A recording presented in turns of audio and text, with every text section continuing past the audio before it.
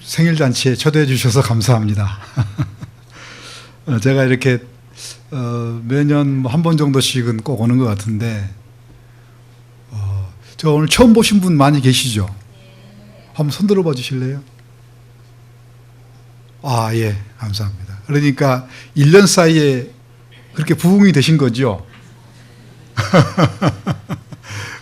오늘 저는 잘 기억이 잘 안 나는데 아까 장로님 말씀이 작년 이맘때 한번 제가 왔다 이렇게 말씀하시더라고요. 제가 한번. 근데 이제 저를 처음 보신 분이 계시다면 그러니까 그 사이에 저도 아까 들어오면서 깜짝 놀랐습니다. 이 교회가 1년 사이에 이렇게 그냥 놀랍게 자리가 지금 빈자리가 하나도 없잖아요. 그렇죠? 네. 하나님께서 계속해서 이 하나교회를 통하여서 영광 받으시고 또 하나님의 뜻을 이루어 드리기를 간절히 바랍니다.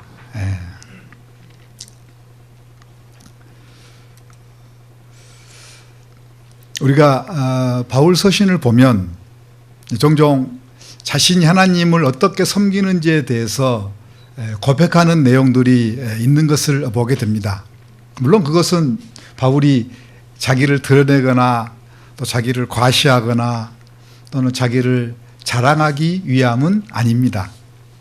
바울이 종종 내가 어떻게 하나님을 섬기는지 또 내가 어떻게 교회를 섬기는지에 대해서 고백을 하는 것은 그 자기의 그런 신앙의 고백과 사역의 고백이 상대방들에게 유익하고 또 필요하기 때문에 또 그리고 바울이 권면하는 내용이 더욱더 효과적이고 설득력 있게 전달되기 위해서 바울은 종종 어떤 자기가 어떻게 하나님을 섬기는지에 대해서 고백하고 있는 것을 볼 수가 있습니다.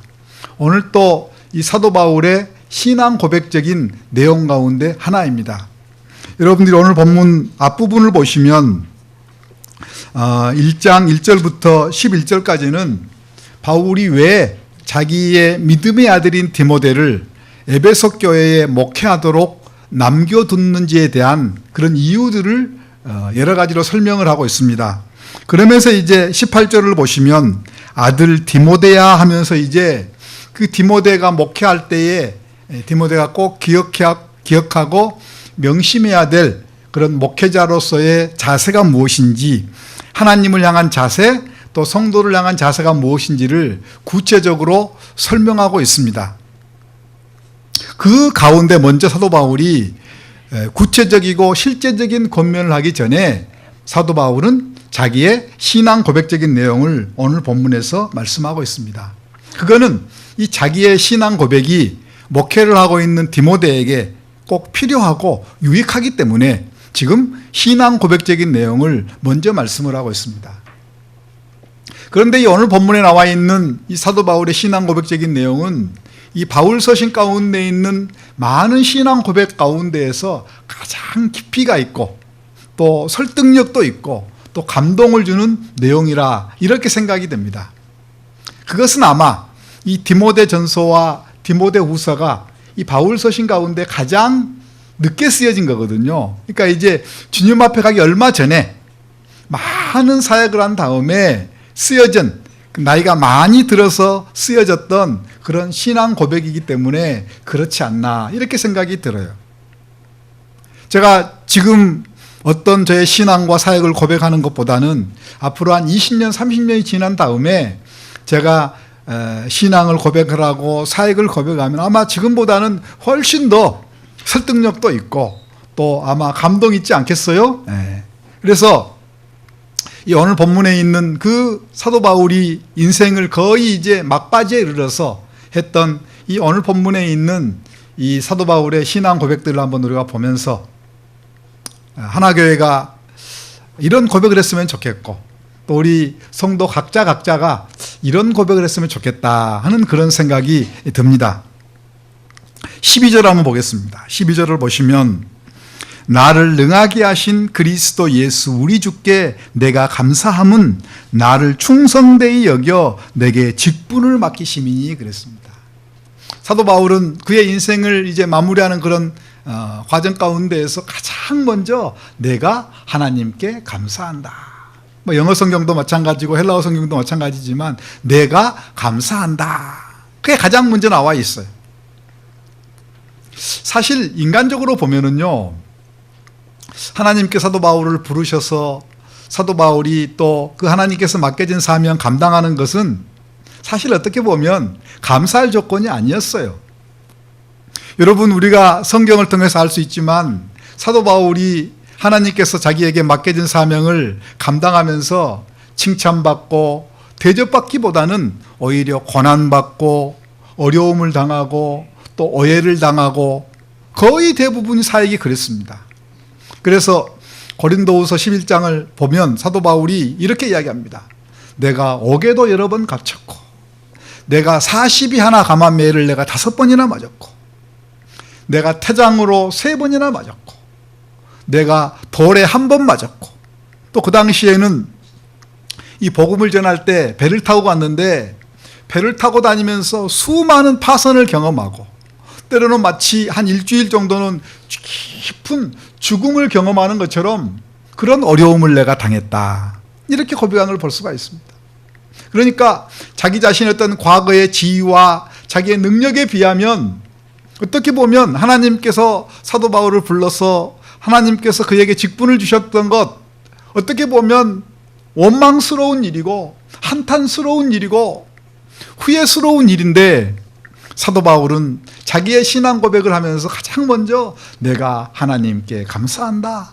하나님께서 나에게 직분을 맡겨주신 것 감사한다. 이렇게 고백을 하고 있습니다. 근데 오늘 본문을 보니까 뭐 사도 바울이 감사할 조건이 많지만 오늘 본문을 보니까 사도 바울이 그 하나님께 감사했던 가장 중요한 이유 가운데 하나가 뭘까? 12절을 다시 한번 보겠습니다. 나를 능하게 하신 그리스도 예수 우리 주께 내가 감사한다. 이렇게 말씀하고 있습니다. 사도 바울이 지금 예수님께 감사한데 그 예수님을 수식해주는 수식어가 있습니다. 그게 뭐였죠? 나를 그 예수님께서 능하게 하셨다. 사도 바울이 오해도 받고 어려움도 받고 수많은 죽음의 길을 넘겼지만 하나님께서 사도 바울을 능하게 하셨던 그 경험이, 그 체험이 사도 바울에게 있었던 것입니다. 우리가 바울 서신을 성경을 보면 하나님께서 얼마나 사도 바울을 능하게 하셨는지를 우리가 쉽게 알 수 있습니다. 특별히 사도행전 13장 이하를 보면 그것은 사도들의 행전이라기보다는 바울의 행전이라 하는 것이 훨씬 더 타당할 만큼 하나님께서는 사도 바울을 통하여서 놀라운 일들을 행하셨던 것을 우리가 볼 수가 있습니다. 그래서 우리가 잘 알고 있는 유명한 역사학자 아놀드 토인비라고 하는 사람은 그렇게 평가를 했습니다. 사도 바울이 탔던 배는 유럽의 문명이 실려 있었다. 오늘날 유럽의 문명이 이렇게 번성하게 된 그 시작점이 어디냐? 사도 바울을 통하여서 그 유럽 지방에 복음이 전해졌기 때문에 그 사도 바울이 탄 배에는 유럽의 문명이 실려 있었다. 이렇게 하면서 사도 바울이 유럽에 복음을 전하는 것을 높게 평가를 했던 것을 제가 보았습니다. 사도 바울을 능하게 하셨던 그 하나님은 지금도 살아계셔서 우리를 능하게 하시는 하나님이신 줄로 믿습니다. 저는 하나교회가 지금도 그 하나님의 능하게 하심을 많이 경험했지만 앞으로도 이전보다도 더 하나님께서 사도 바울을 능하게 하셨던 것처럼 이 하나교회를 능하게 하시는 것들을 여러분들이 목도할 수 있기를 주님의 이름으로 축원합니다. 교회 전체적으로도 그렇고 우리 각자도 마찬가지예요. 하나님은 우리가 이 땅을 살아가면서 무기력하게 살기를 원치 않습니다. 우리가 능력 있는 직장인이 되기를 원하고 우리가 능력 있는 사업가가 되기를 원하고 하나님은 우리가 능력 있는 하나님의 능하심을 경험하는 부모가 되기를 원하시는 줄로 믿습니다. 저는 우리 모두가 다 교회 전체적으로도 마찬가지고 우리 개개인도 마찬가지고 오늘 사도 바울이 고백했던 것처럼 나를 하나님께서 능하게 하셨다. 능하게 하셨다. 그 고백을 할 수 있기를 주님의 이름으로 축복합니다. 그러면 그 사도 바울이 그렇게 하나님의 능하심을 경험하게 된 비결이 뭘까? 여러분들 오늘 본문 13절부터 한번 제가 읽어보겠습니다. 내가 전에는 비방자요 박해자요 폭행자였으나 도리어 무엇을 입은 것은? 긍휼을 입은 것은 내가 믿지 아니할 때에 알지 못하고 행하였습니다. 우리 주의 무엇이? 은혜가 그리스도 예수 안에 있는 믿음과 사랑과 함께 넘치도록 풍성하였도다. 미쁘다 모든 사람이 받을 만한 이 말이여 그리스도 예수께서 죄인을 구원하려 하시려고 세상에 임하셨다 하였도다. 죄인 중에 내가 개순이라. 그러나 내가 무엇을 입은 까닭은? 긍휼을 입은 까닭. 지금 13절부터 16절까지 보면 두 단어가 탁 튀어나온 걸 볼 수가 있습니다. 그 단어 하나는 뭐냐면 긍휼이라고 하는 단어고 하나는 은혜라고 하는 단어예요.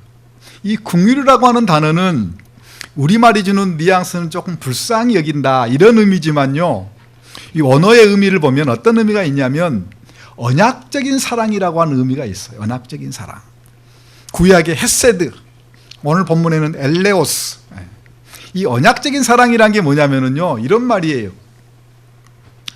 하나님께서 주권적으로 이스라엘 민족을 택하셨잖아요. 그러셨죠?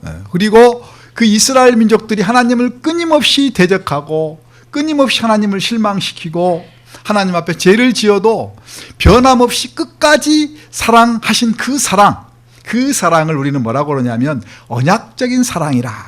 하나님이 이스라엘을 언약적인 사랑으로 사랑하셨다. 그 말이.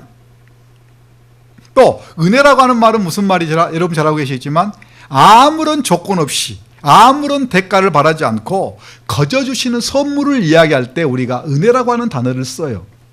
그러니까 지금 오늘 본문 사도 바울이 하나님께서 나를 언약적인 사랑으로 사랑하셨고 하나님께서 나에게 은혜를 베푸셨다 하는 말은 무슨 말이냐면 내가 잘나서, 내가 좀 똑똑해서, 내가 사용할 만해서 하나님이 나를 능하게 하셨다 그런 의미가 아니에요. 오늘 본문을 보니까 내가 비방자고 내가 박해자고 내가 폭행자고 내가 죄인 중에 가장 나쁜 사람이었지만 하나님께서 그 주권적으로 나를 택하시고 또 예수를 믿은 다음에도 또 사역을 하는 과정 가운데에서도 내가 주님을 많이 실망시키고 내가 많이 부족하고 때때로는 내가 많이 연약하고 낙심하고 좌절하고 그런 많은 어려움들을 부족함을 내가 가지고 있었지만 그럼에도 불구하고 하나님이 나를 변함없이 사랑해 주셨고 또 아무런 조건 없이 선물로 나에게 많은 것을 주셨다. 많은 것을 주셨다. 우리가 이렇게 많이 이야기합니다. 우리 기독교 2000년 역사에서 가장 위대하게 쓰였던 분은 사도 바울이다. 그렇게 이야기를 해요.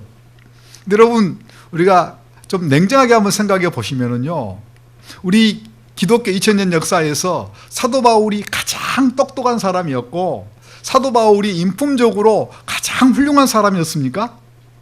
아니에요. 물론 사도 바울도 탁월한 부분이 있었죠. 그러나 사도 바울보다 뛰어난 사람 얼마나 많은지 모릅니다. 사도 바울보다 인품 좋고 좋은 사람들, 훌륭한 사람들 얼마나 많은지 모릅니다. 왜 그런데 하나님께서 기독교 2000년 역사에서 사도 바울을 가장 위대하게 쓰셨을까요? 오늘 본문에 있는 이 하나님의 언약적인 사랑과 은혜라고 하는 이것을 우리가 빼놓고는 그것이 해답이 나올 수가 없어요. 나올 수가 없어요. 바울만 그런가요? 고린도전서를 보면 사도 바울이 세상에 연약한 것들, 세상에 부족한 것들, 세상에 약한 것들을 택해서 세상에 강한 자들, 똑똑한 사람들, 그럴듯한 사람들을 하나님께서 부끄럽게 하신다. 그렇게 말씀하고 있습니다. 실제로 우리가 성경을 보나 기독교 역사를 보나 오늘 우리 주변을 보나 하나님께서 인간적으로 탁월한 사람들보다는 인간적으로 조금 부족한 사람들을 통하여서 역사하시는 경우를 우리는 너무나 많이 볼 수가 있습니다. 제가 성경 한 사람만 예를 한번 들어볼까요? 라합이라고 하는 여인이 있습니다. 라합이라고 하는 여인. 이 라합은 이방 사람이었습니다.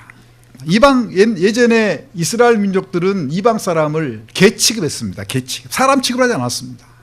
우리하고 똑같은 사람이 아니라고 했어요. 마치 개와 같이 그렇게 취급했습니다. 그리고 여인은 예수님 시대도 여러분 알지만 사람 숫자에 넣지를 않았습니다. 사람 숫자를 남자만 신 남자만. 그리고 라합이라고 하는 여인은 말 그대로 우리가 그 앞에 따라가는 수식어가 있죠. 기생 라합이었습니다. 기생. 그러니까 윤리적으로도 참 문제가 많은 사람이었습니다. 그러니까 보세요. 개처럼 취급하였던 이방인이었죠. 사람 숫자에 넣지 않았던 여자였죠. 또 윤리적으로도 아주 문제가 있는 기생이라고 하는 직업을 가지고 있는 사람이었습니다. 하나님께서 그 사람을 택해서 그에게 믿음을 주셔서 예수님의 족보에 오르게 되는, 예수님의 조상의 위대한 그 하나님의 구원사에게 쓰임받게 되는 그런 일들을 누구를 통해서 이렇게 기생 라합이라고 하는 그 여인을 통해서 하나님께서 이루어 가신 것을 알 수가 있습니다. 이런 경우 너무 많아요. 또 여러분 보세요. 예수님의 12제자들을 보십시오. 예수님 12제자들을 보면 다 우리처럼 보통 사람이었습니다. 평범한 사람이었습니다. 그러니까 그 사람들이 예수님께서 십자가에 못 박혀 돌아가셨을 때 도망갔은 것은 어떻게 보면 당연한 거였어요. 당연한 거였어요. 근데 하나님께서 그런 평범한 사람들을 하나님께서 사용하셔서 복음이 오늘날 우리에게까지 오게 되는데 그들이 기초를 닦게 되는 위대한 일들을 하나님께서 이루신 것을 우리가 기독교의 역사를 통해서 알 수 있습니다. 오늘날 우리 주변에도 보면 제가 학교 다닐 때 저희 동기들 가운데 야, 저 사람은 정말 똑똑한데 이런 사람들이 목회에 어려움을 당하는 경우가 얼마나 많은지 몰라요. 그리고 정말 이름도 없이 빛도 없이 아무런 표가 나지 않는 사람들 하나님께서 위대하게 하나님께서 쓰시는 것들을 볼 수가 있습니다. 이러한 것들을 보면 이 하나님의 이 언약적인 사랑과 은혜라고 하는 이 개념을 빼놓고는 그것을 풀 수 있는 방법이 없는 거예요. 그것을 풀 수 있는 방법 하나밖에 없습니다. 하나님의 언약적인 사랑, 은혜, 이것을 놓고 보면 그것들이 설명이 될 수가 있고 이해가 될 수가 있는 것입니다. 저는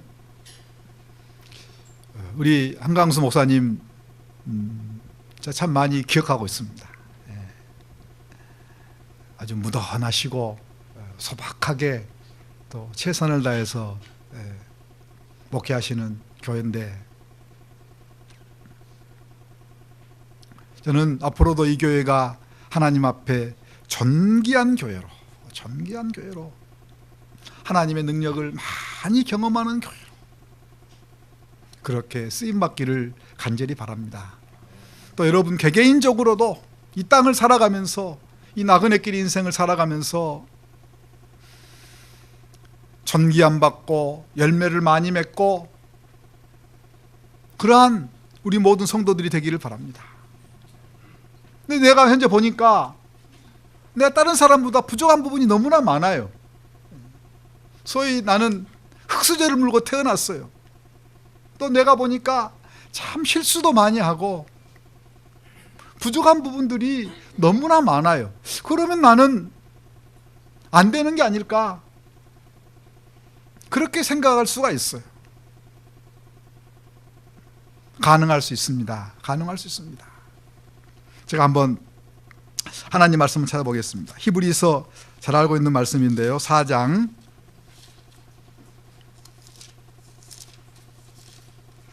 히브리서 4장 16절을 한번 보겠습니다. 히브리서 4장 16절 한번 다 같이 읽어보도록 하겠습니다. 시작.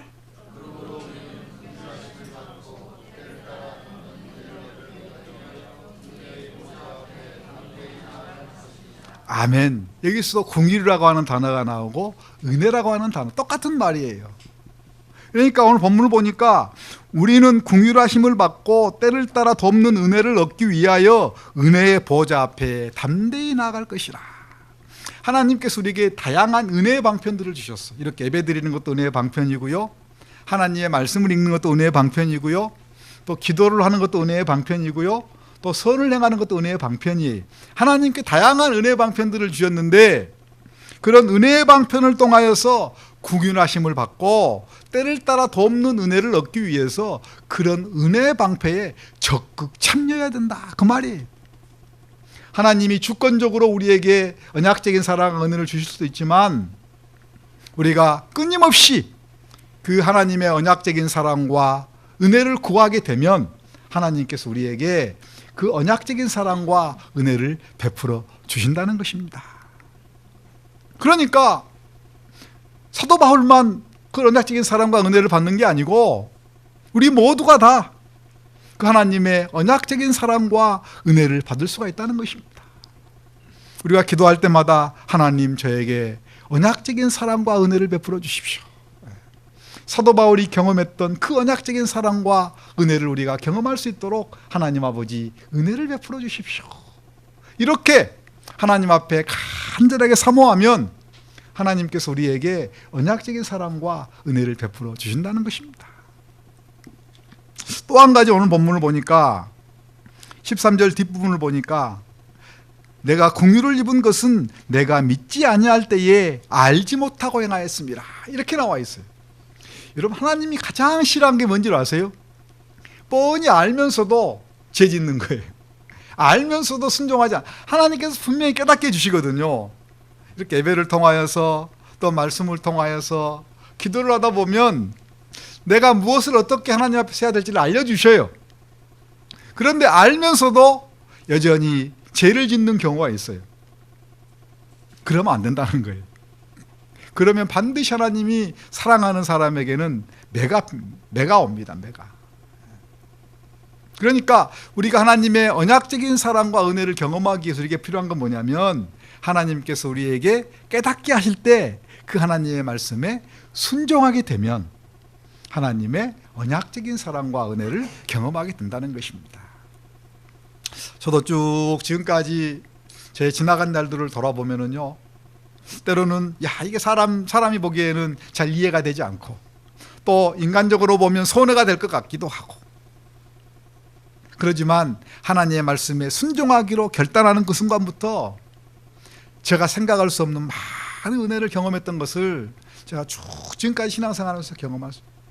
그래도 마찬가지 인간적으로 보면 어리석게 보이기도 하고 다른 사람이 보면 좀 비아냥거림을 받을 수도 있고, 그러지만 우리가 하나님의 말씀에 하나님의 뜻에 순종하기로 결단하는 그 순간부터 하나님의 언약적인 사랑과 은혜를 경험하게 될 줄로 믿습니다.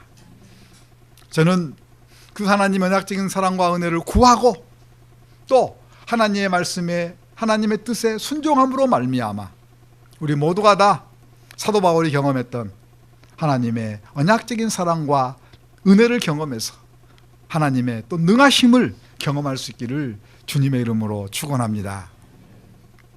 그런데 여러분들 16절을 보면 이렇게 말씀하고 있습니다. 그러나 내가 공유를 입은 까닭은 그리스도 예수께서 내게 먼저 일체 오래 참으심을 보이사 후에 주를 믿어 영생 얻는 자들에게 본이 되게 하려 하심이라 그랬습니다. 15절도 보면 그리스도 예수께서 죄인을 구원하시려고 세상에 임하셨다 하였도다. 왜 하나님께 사도 바울에게 그런 은혜와 공유를 베풀어 주셨을까? 오늘 본문에서 그 답을 말하고 있어요. 사도 바울이 하나님의 이대한 구원의 진리에 한 본이 되도록 하기 위해서, 한 모델이 되도록 하기 위해서. 사도 바울을 보면 하나님께서 죄인을 구원하기 위해서 이 땅에 오셨고 우리를 얼마나 놀라운 사랑으로 사랑해 주셨고 우리에게 놀라운 은혜를 베풀어 주셨고 아무리 부족한 사람이라도 그 주님의 놀라운 은혜를 경험할 수 있도록 하는 그 하나님의 이대한 구원의 한 모델이 되도록 하기 위해서, 한 샘플이 되도록 하기 위해서 하나님께서 사도 바울에게 그 놀라운 은혜와 사랑을 베풀어 주셨다는 것입니다. 우리도 마찬가지예요.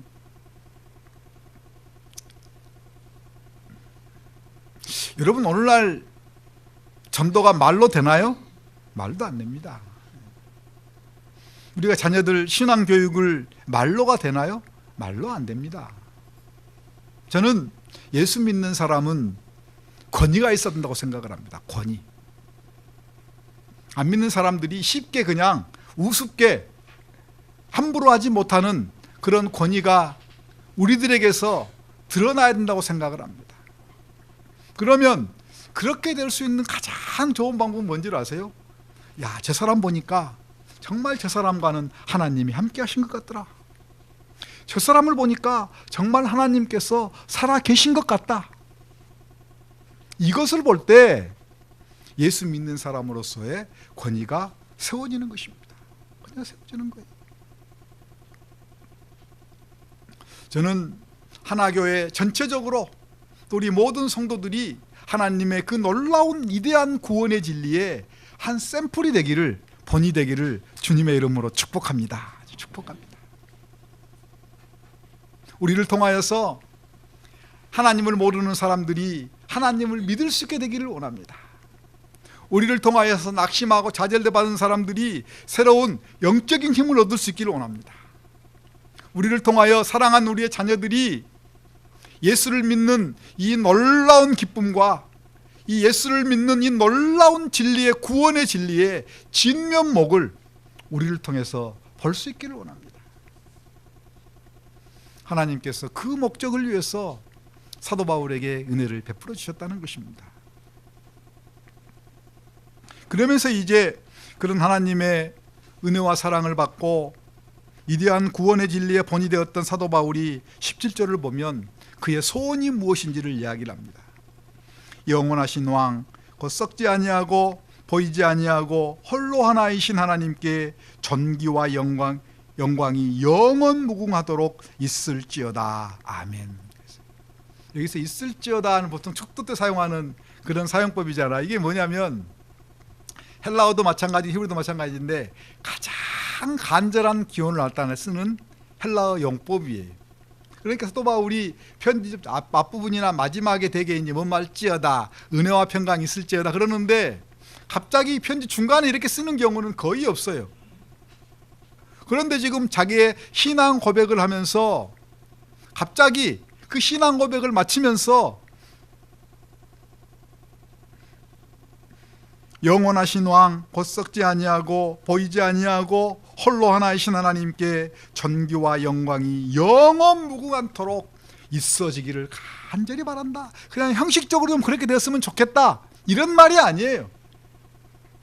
나의 생애 최고의 관심과 나의 생애 최고의 목표와 나의 생애 최고의 소원은 나의 모든 것을 통하여서 하나님께 존귀와 영광이 돌려지는 것이다. 돌려지는 것이다. 그 소원을 지금 고백하고 있는 겁니다. 실제로 사도 바울 삶을 보면 자기가 어떻게 평가받느냐, 어떻게 인정받느냐, 이건 전혀 관심이 없었어요. 또 사도행전 20장을 보면 예루살렘으로 올라가는 과정 가운데에서 에베소 교회에 그렇게 고백합니다. 환난과 핍박이 나를 기다린다고 하시나 주 예수께 받은 나의 사명을 감당하는 일을 마치려 하면은 나의 생명을 조금도 귀한 것으로 여기지 않는다. 그렇게 이야기했어요. 사도 바울은 실제로 그렇게 살았어요. 내가 어떻게 뭐 인정받고 평가받고 거기에 그는 조금도 관심이 없었습니다. 자기를 통하여서 하나님의 뜻이 이루어지고 자기를 통하여 하나님께 영광 돌려지는 것, 그것이 그의 생애의 유일한 관심이었고 최고의 관심이었다는 것입니다.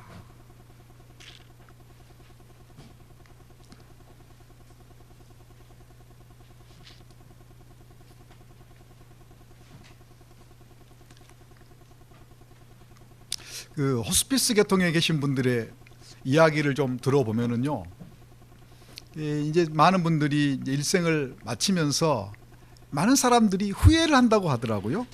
그래서 그 뭐 호스피스 계통에서 일하고 하시는 뭐 정신과 의사들이라든지 좀 이제 거기에 관심 있는 분들이 그 후회하는 무엇을 이분들이 후회를 하나 조사를 해서 나온 책들이 몇 권 있습니다. 뭐 예를 들어서 뭐 이런 책들이에요. 죽을 때 후회하는 25가지. 죽음을 앞둔 사람들이 남긴 5가지 후회. 뭐 이런 책들이 있어요. 여러분들이 한번 서점에서 한번 구해 보시면 아마 굉장히 우리의 삶을 되돌아보는 좋은 뭐 계기가 되는 그런 책들이라고 생각이 들어요. 저도 이제 뭐 개인적으로 임종을 그렇게 많이 지켜보지 못했지만 이제 갑작스럽게 젊은 나이에 암이 발병한다든지 또 사고를 당한다든지 이런 분들을 신방을 가거나 또 이제 만나고 그러면 그분들이 많은 분들이 참 그 지나간 삶을 후회를 하더라고요. 내가 참 그동안에 너무 나만을 위해 살았다. 하나님이 나에게 한 번만 더 생명의 기회를 주시면 정말 내가 열심히 한번 주님께 살아보고 싶다. 이런 이야기들을 하는 것을 제가 많이 듣습니다. 많이 들어요. 그래서 제가 지금도 젊지만 지금보다 훨씬 더 젊었을 때부터 저는 늘 제가 이런 기도를 해왔어요. 하나님, 제가 주님 앞에 섰을 때 후회하지 않고 부끄럽지 않게 하나님 제가 살도록 저를 붙들어 주십시오. 지금도 매일 아침마다 제가 하나님 앞에 기도하는 그 시간에 제가 그 기도를 계속합니다. 하루 한순간 한순간마다 제가 어떤 것을 선택하고 결정하고 어떤 것을 판단할 때마다 제가 주님 앞에 서는 날 후회하지 않고 부끄럽지 않는 그런 삶이 되기 위해서 늘 제가 그런 기도를 드리고 있습니다. 실제적으로 이 성경을 보면 그런 사람들이 많이 있어요. 뭐 대표적으로 사도 바울만 가도 디모데후서를 가보면 그런 말 하잖아요. 내가 지금까지 믿음의 선한 싸움을 싸웠다. 나의 달려갈 길을 마치고 내 믿음을 지켰다. 이 얼마나 위대한 고백입니까? 또 하나님께서 다윗을 어떻게 평가하고 있습니까? 물론 다윗이 중간에 실수도 한두 번 했지만 그 다윗 인생의 전체에 대한 하나님의 평가는 뭐예요? 다윗은 내 마음에 합한 사람이었다. 합한 사람이었다.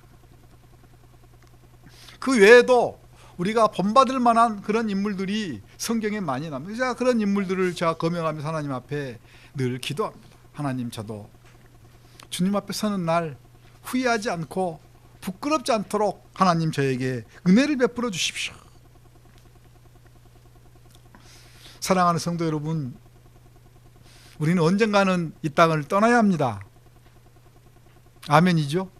네, 언젠가 떠나야 합니다. 하나님이 언제 우리를 부르실지 몰라요. 당장 오늘 예배 끝나고 집에 가다가 우리가 무슨 일을 만날는지 몰라요.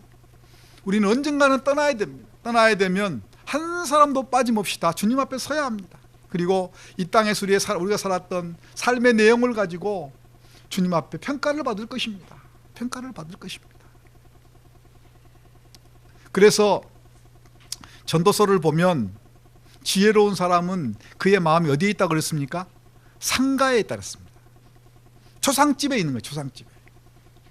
어리석은 사람 마음이 어디에 있습니까? 연락하는 집에 있다고 그랬습니다. 이게 뭘 말하는 거죠? 항상 주님 앞에 설 때를 생각하며 살아가는 것입니다. 그런데 많은 사람들이 예수를 믿으면서도 마치 이 땅에서 영원히 살 것처럼 죽음이 나하고는 상관없는 것처럼 사는 사람들이 많아요. 무엇을 먹을까? 무엇을 마실까? 무엇을 입을까? 거기에 그냥 모든 관심을 가지고 그것만을 위해서 예수를 믿으면서도 그렇게 사는 사람들이 너무나 많아요. 저는 우리 모든 성도님들이 주님 앞에 서는 날 후회함이 없고 부끄럽지 않고 하나님 앞에 칭찬받는 그런 삶이 되기를 원합니다. 그렇게 살기 위해서 뭐가 필요해요? 우리 땅을 살아가면서 무엇을 먹을까? 무엇을 마실까? 무엇을 입을까에 우리가 그냥 전심전력하는 것이 아니라 어떻게 하면 이 나의 나그네 낀 인생을 통하여서 하나님께 영광과 찬송을 돌릴 수 있을까? 거기에 우리가 최고의 관심과 목표를 가지고 산다면 우리는 주님 앞에 섰을 때에 후회함이 없는 삶, 부끄럽지 않는 삶을 살게 될 줄로 믿습니다. 이 사도 바울의 고백이 우리 모두의 고백이 될 수 있기를 주님의 이름으로 축원합니다.